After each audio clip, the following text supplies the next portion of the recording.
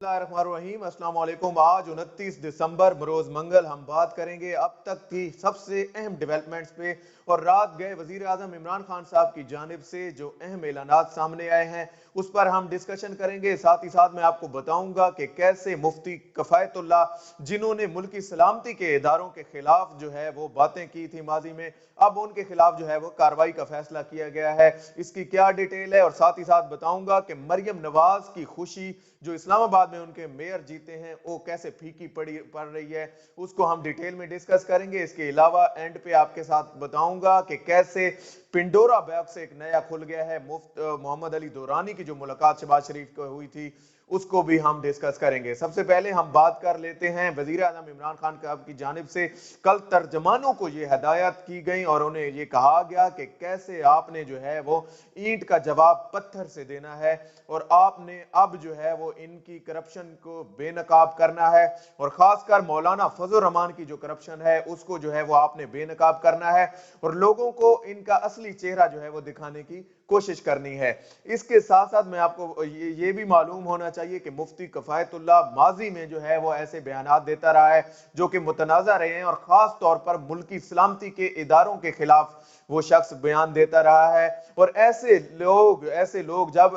जो लोग के अपने आप को नुमाइंदा कहते हैं, अपने आप को रिप्रेजेंटेटिव कहते हैं और वो लोग जब असेंबलियों में सेनेट में आ जाते हैं और फिर वो इसी मुल्क के इदारों को जैसे दुश्मन ममालिक जो है वो टारगेट करते हैं उसी तरह ये लोग भी टारगेट करना शुरू कर देते हैं, तो फिर दुश्मनों में और ये अपने मुल्क के कौमी लोगों में क्या फर्क रह गया। ये बात मद्देनजर रखनी चाहिए कि ऐसे लोगों का पाकिस्तान की सलामती के साथ क्या ताल्लुक है जो लोग इस मुल्क के सलामती के इदारों के साथ जो है वो ऐसी जबान इस्तेमाल करते हैं। तो अब जो है वो उनके दिन गिने जा चुके हैं और इस हवाले से कार्रवाई का फैसला किया गया है और मुफ्ती कफायतुल्लाह इस पहले नंबर पर आए हैं और उनके खिलाफ जो है वो कार्रवाई शुरू कर दी गई है। मैं आपको बताता चलूं यही वो पाक अफवाज है जो बॉर्डर्स पे कुर्बानियां देती है और हम सुकून की नींद सोते हैं। हमने पहले भी कंडेम किया है जो वाकया हुआ, दहशतगर्दी का वाकया बलूचिस्तान में हुआ और उसमें जो है वो 7 लोग शहीद हुए और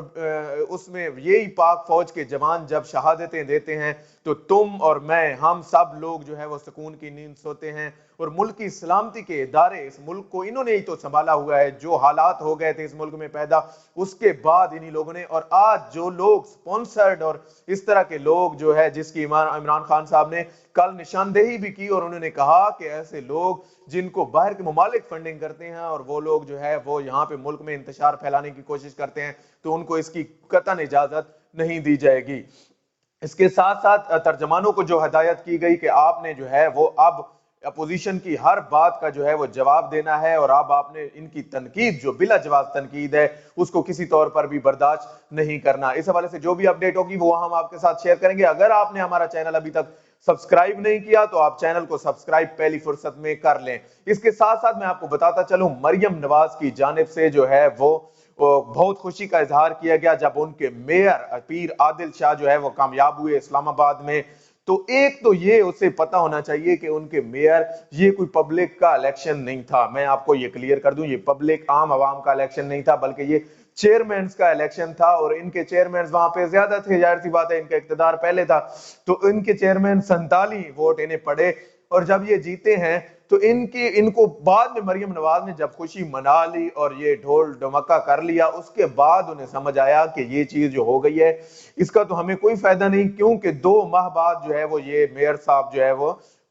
मजकूर साहब ये जो है वो रिटायर होने जा रहे हैं, पीर आदिल शाह साहब। तो इनको जो है वो इनकी खुशी मांद पड़ गई और इस हवाले से इन्हें पता चल गया कि कैसे जो है वो नए जब इलेक्शन होंगे तो हमारी रेपो हमारी पोजीशन जो होगी, क्योंकि बल्दियाती इलेक्शंस के बाद जब चेयरमैन और ऐसे लोग सामने आएंगे, जब बल्दियाती जो सेटअप है उसमें से जो लोग निकलेंगे उसके बाद यकीनन जो है वो उस पार्टी की अक्सरियत होगी जिसके चेयरमैन ज्यादा होंगे। तो इस हवाले से उनकी खुशी मांद पड़ गई और मुकम्मल तौर पर उन्हें जो है वो रुसवाई का सामना करना पड़ा। इसके अलावा हम बात कर लेते हैं, एक पेंडोरा बॉक्स खुला है उसकी डिटेल भी आपके साथ शेयर कर देता हूं कि कल फवाद चौधरी ने जो है वो कहा है कि जो नेशनल डायलॉग की बातें हो रही हैं تو اگر ڈائلاگ ہونا بھی چاہیے، انہوں نے کہا کہ میری ذاتی رائے ہے کہ اگر ڈائلاگ ہونا بھی چاہیے تو وہ شہباز شریف کے ساتھ ہونا چاہیے۔ اس کے علاوہ شبلی فراز کی جانب سے بھی ہم نے بیان سنا کہ انہوں نے کہا کہ یہ جو ڈائلاگ کی بات ہوتی ہے تو ڈائلاگ مولانا فضل الرحمان اور مریم سے کسی طور پر جو ہے نہیں ہو سکتا،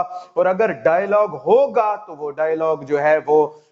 شہباز شریف سے ہوگا، اس کے علاوہ آصف علی زرداری مریم نواز سے ہوگا اور ان لوگوں سے ہوگا، یا باقی جو سینئر قیادت ہے جو تھوڑی سی اس بات کو سمجھتے ہیں، بلکہ جو فضل الرحمان ہیں اور مریم نواز ہیں وہ تو قومی اسمبلی میں بھی نہیں ہے، تو ان سے کیسے ہو سکتی ہے، اور یہ تو پارلیمنٹ سے ہی ہونا چاہیے۔ اس حوالے سے محمد علی دورانی کی جو ملاقات ہوئی تھی شہباز شریف سے، فواد چودھری نے کہا کہ انہیں حکومت نے نہیں بھیجا، وہ خود سے گئے ہوں گے، لیکن حکومت نے انہیں کوئی ایسی انسٹرکشنز، میری اطلاعات کے مطابق کوئی ایسی انسٹرکشن نہیں دی کہ وہ جا کے ملاقات کریں۔ اور اس حوالے سے محمد علی دورانی جب باہر آئے تھے، ہم نے پہلے بھی شیئر کیا ہے کہ وہ پیر پگارا صاحب کا پیغام لے کے گئے تھے، اور جب وہ باہر آئے تو انہوں نے بتایا کہ میں ایک اہم پیغام لے کے آیا تھا، اور اس حوالے سے میں نے شہباز شریف کو اس لیے چنا کہ ایک تو وہ اپوزیشن لیڈر ہیں، دوسرا انہوں نے جو ہے وہ پارلیمنٹری ایک لیڈر ہونے کے ناطے وہ پارلیمنٹ میں، مریم نواز پارلیمنٹ میں نہیں ہے، تو بات کرنا جو ہے وہ شہباز شریف سے بنتا ہے، نہ کہ جو ہے وہ ان سے بنتا ہے۔ میں واپس آتا ہوں مولانا فضل الرحمان کی کرپشن سے ریلیٹڈ، انہوں نے نیب کو جو ہے وہ جو جوابات جمع کرانے تھے وہ ثبوتوں کے ساتھ وہ جمع نہیں کروائے، اور کل اس حوالے سے نیب نے جو ہے وہ کاروائیوں کا سلسلہ اب شروع کرنے جا رہی ہے، نیب کے پی، اور اب نیب کی باری آ گئی ہے کہ نیب نے جو کہا تھا کہ ان کے خلاف جو بھی پروفز ہوں گے، جو ثبوت ہوں گے، ان کو جو 26 سوالات پر مشتمل سوال نامہ بھیجوایا گیا تھا اس کے جوابات انہوں نے نہیں جمع کروائے، تو اب جو ہے وہ نیب نے کارروائی کا سلسلہ شروع کرنا ہے۔ جو ان کی مبینہ جائیدادیں ہیں، چاہے وہ ڈیرہ اسماعیل خان ہو، عبد الخیل ہو، یا پھر وہ اسلام آباد میں ہوں یا باقی جگہ پہ ہوں، تو ان کا جواب جو ہے وہ مولانا فضل الرحمان کو جو ہے وہ اب دینا پڑے گا، کیونکہ اگر وہ جواب نہیں دیتے تو ان کے خلاف جو ہے وہ کارروائی ہونے جا رہی ہے۔ اس کے ساتھ ساتھ جو 4 افراد انہوں نے نکالے تھے، مولانا شیورانی ہو گئے، حافظ حسین احمد ہو گئے، مولانا شجاع الملک ہو گئے، اس کے علاوہ گل نصیب ہو گئے، ان لوگوں کو جب انہوں نے نکالا تھا تو انہوں نے اعلان کیا تھا آج 29 دسمبر کو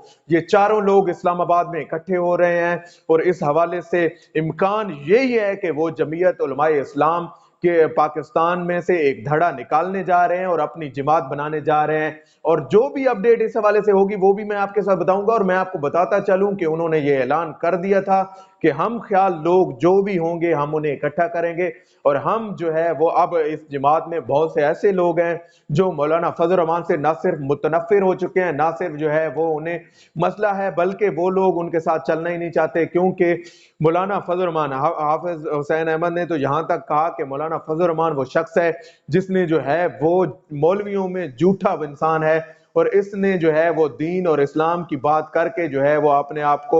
بیچا ہے اور